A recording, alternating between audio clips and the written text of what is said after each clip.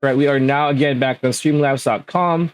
Again, just like with this Twitch Connect stuff, you can do this by downloading Streamlabs to your PC or Mac, or you can just do this on the browser. Both ways work. So what you want to do is, as you can see here, there's a menu here, a long menu. Just scroll down until you see account. Under account, you're going to see settings.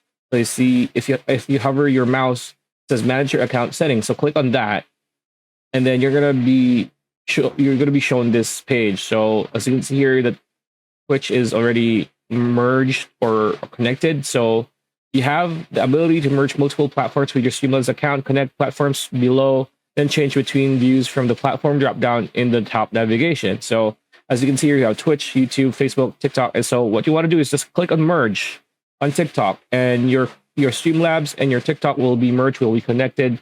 And yeah, that's pretty much it. That's a video. Hope you liked it. Like, comment, share, subscribe, ring that bell icon. We'll see you on the next one.